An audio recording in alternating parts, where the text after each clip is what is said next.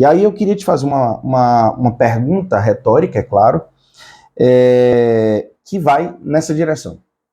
Eu quero que você, se possível for, eu quero que você anote essa pergunta. Provavelmente essa pergunta vai aparecer na telinha para você, de modo que você consiga fixar bastante nessa frase. Já parou para pensar que a abordagem bíblica é sempre concisa em sua análise mais ampla? Léo, o que é que você quis dizer com isso? Eu quero que você repare o seguinte, a abordagem bíblica ela é sempre concisa e ela é sempre ampla. Isso é paradoxal, mas é bem interessante. É só as escrituras. Então, só o Senhor, como autor, poderia fazer tal coisa. O que eu estou querendo chamar a atenção? Já parou para pensar que nas escrituras, um livro pequeno, porque é pequeno, se você pensar na história do homem. A gente está falando aí de Adão até aqui, nós ainda vamos fazer o aniversário de 6.000 anos.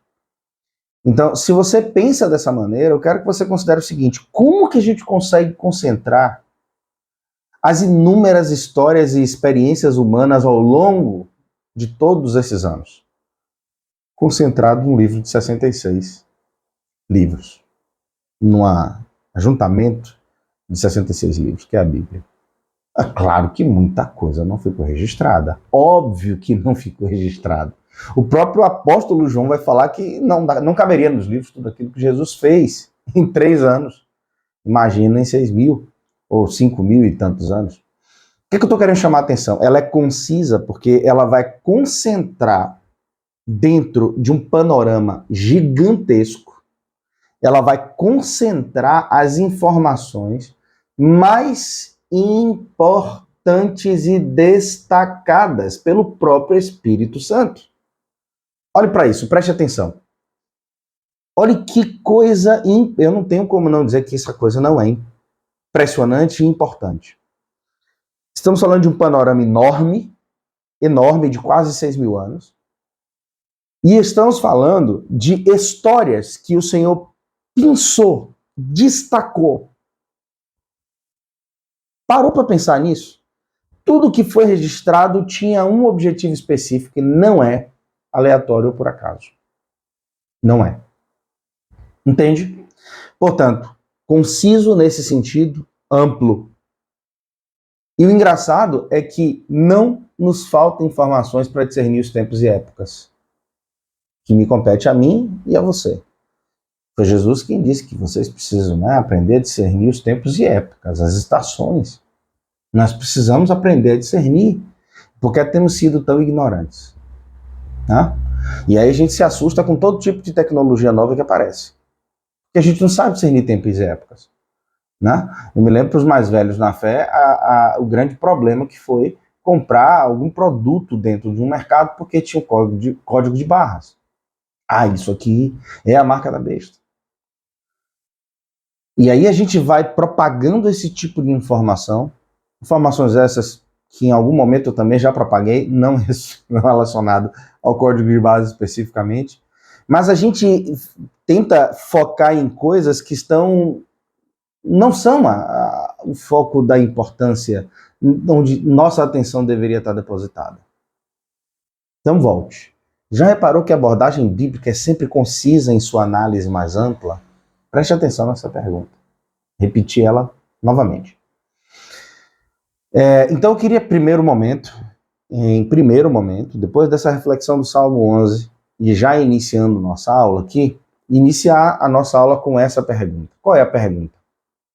A pergunta sobre abordagem bíblica concisa em uma análise ampla, ela me leva a te provocar com 2 expressões que eu quero que você aprenda a interpretá-las. A primeira delas é o conceito de micro-história e o conceito de macro-história.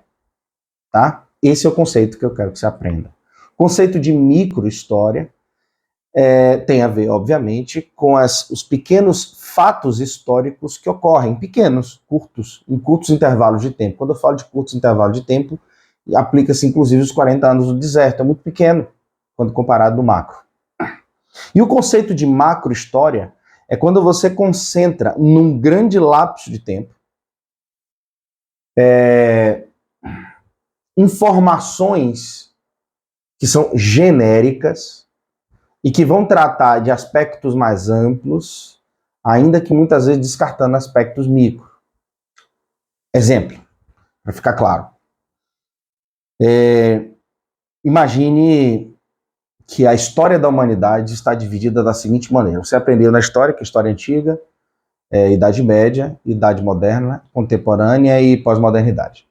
Né? Que provavelmente é onde nós estamos vivendo, segundo alguns sociólogos. Há controvérsias. O engraçado é que, dentro desse contexto macro, isso aí tem a ver com macro-história.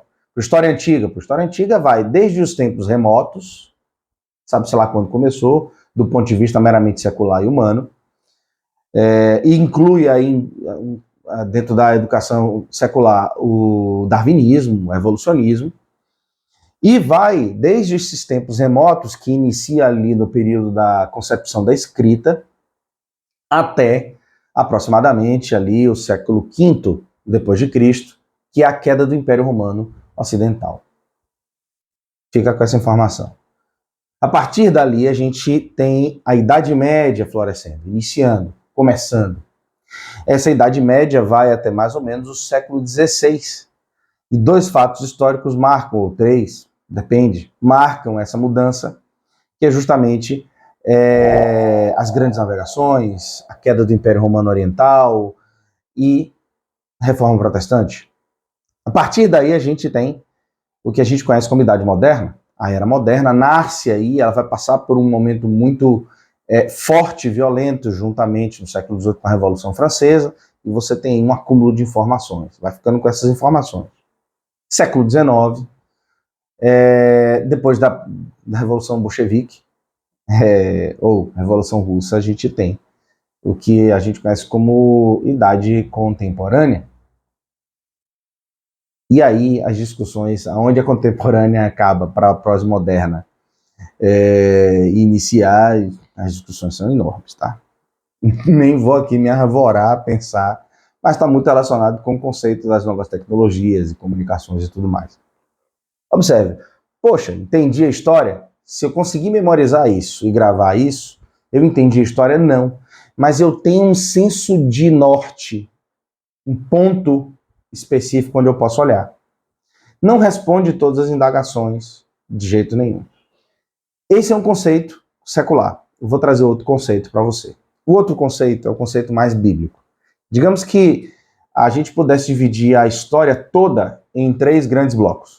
O primeiro bloco vai macro-história, de Adão até Noé, dilúvio, da criação do homem, da criação de todas as coisas até Noé. Quando eu falo Adão, está ali implicado o primeiro dia da criação.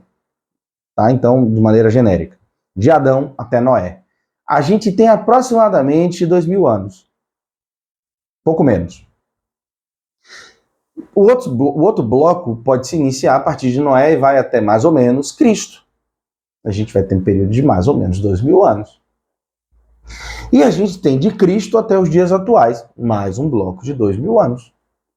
É engraçado que quando a gente divide dessa maneira, que tem a sua base estritamente nas escrituras, a gente consegue ter uma impressão de que a história ela é pequenininha. Principalmente se a gente olhar para o texto bíblico e falar, poxa, o que é que o Senhor resolveu registrar nas escrituras, de Adão até Noé? Basicamente, a criação, depois Noé, e a situação do mundo, né? Não sem antes falar da genealogia, mas só falou da genealogia e de pouquíssimas histórias, em específico, de maneira muito pouco detalhada, a de Enoque. Aí a gente tem Noé e os filhos de Noé, e aí passou o dilúvio. A partir daí a gente já começa a ampliar um pouco mais. Abraão, Isaac, Jacó. Mas eu quero te chamar a atenção de que está acontecendo um meio mundo de histórias em vários lugares. Afinal de contas, o repovoamento da terra e o espalhamento das pessoas se dá logo depois do dilúvio. Isso vai se dar no intervalo de aproximadamente 350 anos, esse grande movimento de imigração, né? Determinado pelo Senhor depois do dilúvio. Mas a gente percebe que aí tem 2 conceitos implicados um no outro, a macrohistória e a microhistória. Lembrando que a macrohistória nos dá uma percepção do todo, né? Mas não tão detalhadamente, mas sempre nos dá a impressão de que eu consegui compreender bastante. Isso é bem interessante. Bem, partindo desse conceito, tem um outro fato que é bem interessante. Esse aqui é fantástico. É o foco da nossa aula de hoje. É macrohistória em Daniel. Poxa, isso aqui é muito legal. E aqui eu quero que você preste bastante atenção, porque em Daniel a gente vai ter uma aplicação desse princípio de maneira perfeita, óbvio, foi trazida pelo próprio Deus, à pessoa de Daniel. E aí vale aqui uma ressalva, né? Daniel, juntamente com o livro de Gênesis, acho que são os dois livros da Bíblia mais atacados pelo conhecimento e pela ciência humana. Impressionante. Mas se você destrói o livro de Gênesis e se descobre que tudo que está escrito ali é uma fábula, acabou a fé cristã. Né? Então temos que proteger o livro de Gênesis. Nem precisa se preocupar com isso, não precisa de proteção. Ninguém precisa defender nesse sentido de não vamos deixar. Eu não preciso nem me preocupar com isso. O que a gente percebe é que a arqueologia e a história, cada dia que passa, mais ela confirma. Tranquilidade quanto a isso. Mas é o mais atacado, Gênesis e Daniel. E por que Daniel é atacado? Porque Daniel é um livro que qualquer estudioso que se preze, quando se debruça sobre ele, encontra um problemão para a sua própria inteligência. Porque é impossível que o livro de Daniel tenha sido escrito quando a gente entende que ele foi escrito. É impossível. Por quê? Porque a riqueza de detalhes e a precisão que as informações são ali colocadas não tem condição de ser. Ou ele foi feito no período interbíblico, naqueles 400 anos que antecedem a vida de Jesus, ou ele é um livro espiritual. Bem, é claro que, via de regra, o que a gente vê hoje é advogar a ideia de que ele é um livro feito depois. Tá? E que provavelmente ele não é um livro sagrado, ele é um pseudepígrafe, leva o nome de Daniel, mas não foi registrado por Daniel. Portanto, pseudepígrafe. É óbvio que o nosso ponto de partida aqui é que Daniel é um livro que foi escrito quando foi escrito, no período que foi escrito, e Daniel foi quem registrou a maior parte do livro. Falo a maior parte porque tem parte aqui que foi registrada pelo próprio Nabucodonosor, capítulo 4. Mas foi feito ali, no curso dos eventos, quando eles estavam acontecendo, o livro foi sendo registrado. E por que essa precisão toda? Óbvio, porque foi inspirado pelo Espírito Santo, meu Deus do céu. E muitas vezes aqui, essa inspiração não foi nem tanto quanto a gente fala em Timóteo, né, Teofineus, o sopro do Espírito Santo, mas palavras diretamente ditas pelo próprio Senhor. Pense, o negócio é forte. Óbvio, para você que já leu o livro de Daniel, sabe do que eu estou falando. Se não leu, eu te faço um convite. Leia. Mas leia muitas vezes. Muito bom o livro de Daniel. Não fique ali somente focado na Daniel na Cova dos Leões, Sadraque, Mesaque e Abednego na Fornalha de Fogo. Não, isso não empobreça a sua leitura. Não é só isso que existe no livro de Daniel. Vá mais, procure mais, cave mais, aprofunde mais. Nós vamos focar nesse nosso vídeo aqui, nessa aula aqui, nós vamos focar especificamente no capítulo 2 de Daniel. Eu não vou ler o texto todo, porque senão ficaria muito enfadonho. E como é uma videoaula, você pode fazer isso, você pode dar uma pausa aí no vídeo agora, me deixar congelado na sua tela e ler o capítulo 2 de Daniel. Eu sugiro, para a entrada, né, para começar a compreender alguma coisa, eu sugiro que você leia o capítulo 2, são 49 versículos, que você o leia no mínimo 3 vezes, tá? Leia em tranquilidade, com paciência, dia de noite, um momento de mais tranquilo, mais de paz, deitado numa rede, cafezinho quente, sem açúcar de preferência. Mas no momento de paz e tranquilidade, leia, releia. Lá pela sua terceira leitura, se você tem o bom costume de riscar a sua Bíblia, risque, grife aquilo que te chama a atenção. Na imersão, nós vamos ter um momento específico em que a gente vai poder tirar dúvidas, se porventura tiverem. Você também pode escrever nos comentários do próprio vídeo aí, nos comentários aí embaixo. Na medida que for possível, eu vou respondendo. É importante isso, inclusive, tá? Não esqueça de curtir, não compartilhe. Pelo menos não por enquanto. Esse vídeo vai estar sendo postado em link privado. Então, é importante você saber disso. Peço que não compartilhe, pelo menos por hora. O que temos aqui no capítulo 2 de Daniel? Digamos que você pausou, que você leu e fez, poxa, Léo, eu gostei, o livro, esse capítulo é muito interessante. Esse capítulo parece um livro inteiro quando você lê. E aqui a gente vai ter alguns momentos específicos. O primeiro momento é Nabucodonosor, sendo quem ele é, cabeça de um império enorme. Nabucodonosor, então, ele está inquieto, aflito, com dificuldade de dormir, ele se deita e quando ele dorme, ele tem um sonho profundamente inquietante. Eu não sei por que ele ficou tão inquieto com esse sonho. Óbvio que eu estou sendo irônico, mas aparentemente não tinha por que ele ficar, porque ele só teve um sonho, mais na frente a gente vai entender qual é, mas ele só teve um sonho de uma estátua. Então, o pedido de Nabucodonosor é chamar os caldeus, os magos, os sábios, porque ele estava perturbado em seu espírito. E os caldeus ali, muito envolvidos com feitiçaria, com magia, com ocultismo, a ideia seria interpretar o que é que Nabucodonosor sonhou. Mas, garoto esperto, de longe, a última coisa que Nabucodonosor era bobo. Então, ele chama ali aqueles sábios, aqueles magos, e faz o seguinte: olha, eu tive um sonho que perturbou a minha vida essa madrugada. Ele chama ali, na madrugada mesmo, vai todo mundo correndo.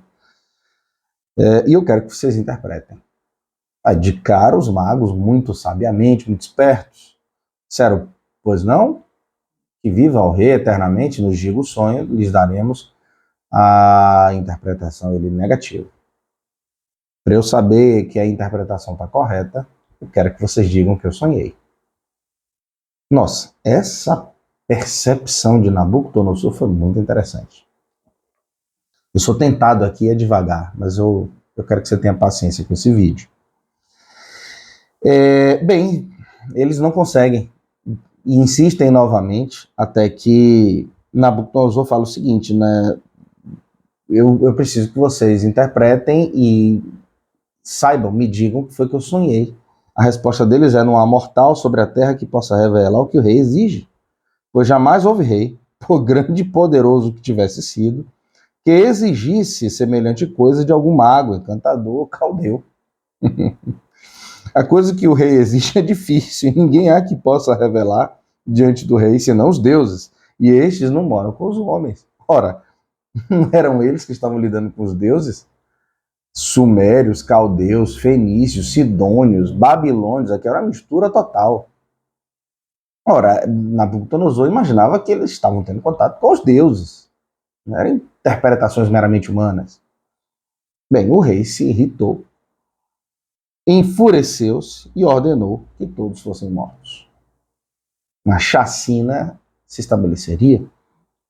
Então, alguém lembrou que tinha um sábio que veio de Jerusalém.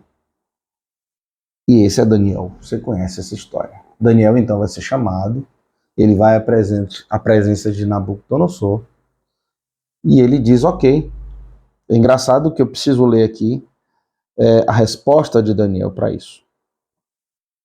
A partir do versículo 12, ele vai dizer, o rei se irou e enfureceu e ordenou que matassem todos os sábios da Babilônia.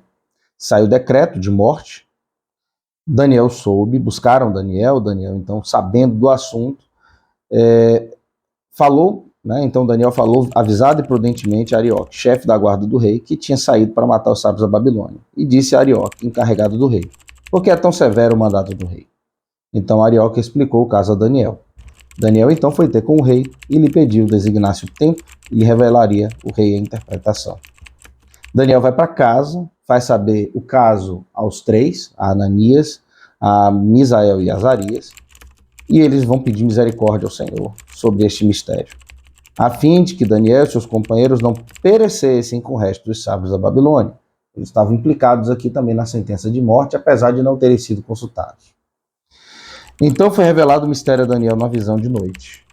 Ora, eles vão pedir misericórdia ao Senhor, e o Senhor revela o mistério à noite a Daniel. Mas eles se puseram em oração. Lembram da micro e da macro história? Tinham quantas histórias acontecendo aqui? Com judeus sérios, hebreus sérios que estavam aqui em Babilônia. Deus estava respondendo orações? Deus estava se manifestando na vida de muita gente? Sim. E por que nada disso é mencionado? Passou, são histórias perdidas. Nunca saberemos. Mas o Senhor resolveu chamar a atenção para a história de Daniel. Micro-história, macro-história. Daniel, numa micro-história, porque é a história pessoal dele com Nabucodonosor, vai nos propor uma macro-história a partir de um sonho que Deus deu a Nabucodonosor. Escute. Então foi revelado o mistério a Daniel numa visão de noite. Daniel bendisse o Deus do céu. E disse Daniel: seja bendito o nome de Deus, de eternidade a eternidade, porque dele é a sabedoria e o poder. Escute. Ele quem muda o tempo e as estações. Remove reis e estabelece reis. Ele dá sabedoria aos sábios e entendimento aos inteligentes. Ele revela o profundo e o escondido. Conhece o que está em trevas e com ele mora a luz. A ti, ó Deus de meus pais, eu te rendo graças e te louvo, porque me deste sabedoria e poder, e agora me fizeste saber o que te pedimos, porque não fizeste saber este caso do rei. Olha, isso aqui daria horas e horas de compartilhar somente nessa oração de Daniel. Mas dessas frases todas eu quero chamar a atenção para algo muito importante. Daniel, a partir daqui, começou a entender por que Deus permitiu o cativeiro em Babilônia. Deus iria manifestar ali em Babilônia alguma coisa que tinha a ver com tempos vindouros. Macro história. É ele quem muda o tempo e as estações. Olha, ele quem muda o tempo e as estações, essa é uma linguagem da agricultura. Ele quem muda o tempo e as estações, remove reis e estabelece reis. Quem que remove reis e estabelece os reis? É a escolha dos homens. Democrática. Irmãos, tem muita coisa aqui para discorrer. Mas o fato é que Deus deu a Daniel. Eu vou tentar ser um pouco mais breve para a gente chegar ao nosso finalmente aqui, que é a revelação da estátua. E a partir do versículo 27, Daniel vai falar assim: respondeu Daniel na presença do rei e disse: o mistério que o rei exige, nem encantadores, nem magos, nem astrólogos podem revelar ao rei, mas há um Deus no céu, o qual revela os mistérios. Você saber ao rei Nabucodonosor o que há de ser nos últimos dias. Grifa isso na sua Bíblia. O que há de ser nos últimos dias. Macro história. Eu quero que você entenda. Você entende, já parou para pensar, que aqui você se encaixa? É isso que eu quero chamar a sua atenção. Você faz parte da história dos últimos dias. Há dúvida ainda no seu coração? Diante de todos os fatos que estão acontecendo? Porque o Senhor nos diz que nós precisamos aprender a discernir os tempos e as estações e as épocas. É Deus quem muda tempos e estações e as épocas. Institui reis e os destitui. Você está incluído nessa história. Agora, Daniel foi capaz, porque estava diante do Senhor, porque estava consagrado ao Senhor, ele foi capaz de discernir e interpretar a percepção que o Senhor estava dando naquele contexto. Cabe a mim e a você agora pegar essas informações e aplicá-las aos dias atuais dos quais você está inserido, de modo que você possa ser achado pelo Senhor, caminhando segundo o seu inteiro agrado. Ora, isso aqui foi escrito para nos preparar, irmãos.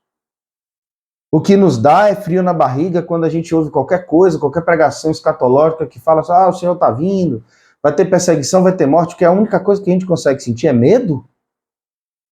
Não vem no seu coração um sentimento bom de que está chegando o tempo em que veremos o Senhor vindo no seu reino? Não arde no seu coração a alegria e a satisfação de perceber que tudo que está escrito está se cumprindo cabalmente, detalhadamente?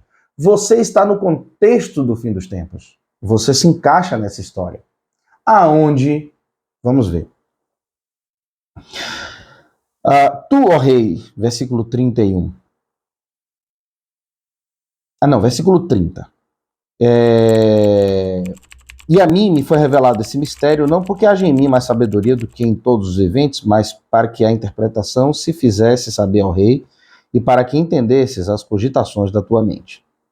Tu, ó rei, estavas vendo, e eis aqui uma grande estátua. Esta, que era imensa, de extraordinário esplendor. Olha as características. Imensa e de extraordinário esplendor. Estava em pé diante de ti, mas a sua aparência era terrível. A cabeça era de fino ouro. A cabeça. O peito e os braços, de prata. O ventre e os quadris, de bronze. As pernas, ferro. Os pés, em parte de ferro, em parte de barro. E quando estavas olhando, uma pedra foi cortada sem auxílio de mãos, feriu a estátua nos pés de ferro e de barro, e os esmiuçou. Então, foi juntamente esmiuçado o ferro, o barro, o bronze, a prata e o ouro, os quais se fizeram como a palha das eias no estio. E o vento os levou, e deles não se viram mais vestígios. Mas a pedra que feriu a estátua se tornou grande montanha, que encheu toda a terra. Então Daniel vira para Nabucodonosor e fala, este é o sonho. Eu daria... O que é que eu não daria para poder voltar no tempo e ver a cara de Nabucodonosor diante disso? Eu fico imaginando ele sem reação na frente de Daniel, dizendo assim, mas não é que o rapaz descobriu? Quem é esse que está por detrás desse rapaz? E também sua interpretação diremos ao rei. Tu, ó rei, rei de reis, a quem o Deus do céu conferiu o reino, o poder, a força e a glória, a cujas mãos foram entregues os filhos dos homens, onde quer que eles habitam, e também os animais do campo e as aves do céu, para que dominasse sobre todos eles. Tu és a cabeça de ouro. Tu quem? O rei, Nabucodonosor, e Nabucodonosor representa o seu império. Tu, ó rei, Babilônia é a cabeça de ouro. Depois de ti se levantará outro reino, inferior ao teu, e um terceiro reino, de bronze, o qual terá domínio sobre toda a terra. O quarto reino será forte como ferro, pois ferro a tudo quebra e esmiuça. Como ferro quebra todas as coisas, assim ele fará em pedaços e esmiuçará. Quanto ao que viste dos pés e dos artelhos, em parte de barro, de oleiro e em parte de ferro, será esse um reino dividido, contudo haverá nele alguma coisa de firmeza do ferro, pois viste o ferro misturado com barro de lodo. Como os artelhos dos pés eram em parte de ferro e em parte de barro, assim por uma parte o reino será forte e por outra será frágil. Quanto a que viste no ferro misturado com barro de lodo, misturar-se-ão mediante casamento, mas não se ligarão um ao outro, assim como o ferro não se mistura com o barro. Mas nos dias desses reis, o Deus do céu suscitará um reino que não será jamais destruído. Esse reino não passará a outro povo, esmiuçará e consumirá todos esses reinos, mas ele mesmo subsistirá para sempre. Como vistes que do monte foi cortada uma pedra sem auxílio de mãos, e ele esmiuçou o ferro, o bronze, o barro, a prata e o ouro. O grande Deus fez saber ao rei o que há de ser futuramente. Certo é o sonho, fiel é a sua interpretação. Bem, a partir daqui é o rei, então, bonificando Daniel, Sadraque, Mesaque e Abdinego, de todas as iguarias e todos os luxos, né, que ele havia e privilégios que ele havia prometido. Tal foi o encantamento de Nabucodonosor, e disse: certamente o vosso Deus é o Deus dos céus, o Deus dos deuses, o Senhor dos reis e o revelador dos mistérios, pois pudeste revelar este mistério. Bem, qual é o meu objetivo aqui com essa macro história? É que a gente está vendo uma estátua, e essa estátua está muito bem descrita. É uma estátua que tem uma cabeça de ouro, a imagem vai estar aparecendo para você, o peito de prata, o ventre e os quadris de bronze, as pernas de ferro, os pés de barro de ferro. Parte desse barro não é só barro, é barro e lodo. E no final a gente vai ter uma pedra que sai de onde ninguém sabe, mas é arrancada sem o auxílio de mãos, e ela bate nos pés. E é importante a riqueza de detalhes que o Espírito Santo dá em cada parte dessa visão, desse sonho. Por quê? Porque cada uma dessas partes apresenta algo muito detalhado. Aí eu ter mencionado por que esse livro é tão atacado. Porque não era possível que ele fosse tão preciso se não for espiritual. Bem, eu quero repassar com você algumas características dessa estátua para que a gente possa passar ao nosso próximo passo, que é a questão da macro e da microhistória, e o que essa estátua significa do ponto de vista histórico para a gente, que é o que eu quero chamar a atenção. Ora, eu tenho uma cabeça de ouro fino, e esse representava a Babilônia, e eu não vou ler o texto, depois você pode ler a partir do capítulo 3. É interessante você pensar que Babilônia estava ali representada no ouro fino da cabeça. Mas viria um reino um pouco mais fraco, logo depois. Ou seja, ele estava dizendo a Nabucodonosor, correndo até risco de vida, de que o reino dele ia passar, ia cair. E de alguma maneira, Nabucodonosor entendeu que a interpretação estava correta, porque ele bonifica esses 4 jovens. Ele concorda com a interpretação. Ele sabia dentro de si que a interpretação estava correta. Mas o que vai acontecer no capítulo 3? No capítulo 3 vai acontecer algo, assim, impensável. Nabucodonosor, então, resolve construir uma estátua. O que nós entendemos é que provavelmente ele reproduz a estátua que ele viu no sonho. Logo no capítulo 3. E ele estabelece aquela estátua. Só que tem uma característica nessa estátua. É que ele fez pequenas mudanças. Ele não colocou cabeça de ouro, peito de prata, peito e braços. Não colocou ventre e quadris de bronze. Não colocou pernas de ferro. Afinal de contas, como é que ele ia botar uma estátua dessa altura, foi enorme, com os pés de barra de ferro? Ela não se sustentaria? Então ele resolve fazer de ouro. Ouro puro. Completamente. Ele estava tentando transmitir uma mensagem para Deus, para o mundo, influenciado, obviamente, pelas trevas, por Satanás. Ele estava tentando dizer uma mensagem: olha, engana-se se você pensa que meu reino vai passar. Vai não. Ele vai continuar. A estátua não vai ficar subdividida, ela é toda de ouro. Isso é importantíssimo, porque é aí que vai acontecer a questão de não se dobrar diante da estátua de Daniel, a estátua de Nabucodonosor. E aí eles vão ser lançados na fornalha de fogo e o Senhor manifesta sua glória e seu poder mais uma vez. Bem, eu queria finalizar essa primeira etapa chamando a atenção para essas características da estátua e rememorando com vocês. Cabeça de ouro, peito e braços, eu abro ou fecho, dependendo de como essa estátua foi feita, pegando para a arquitetura e a arte da época babilônica.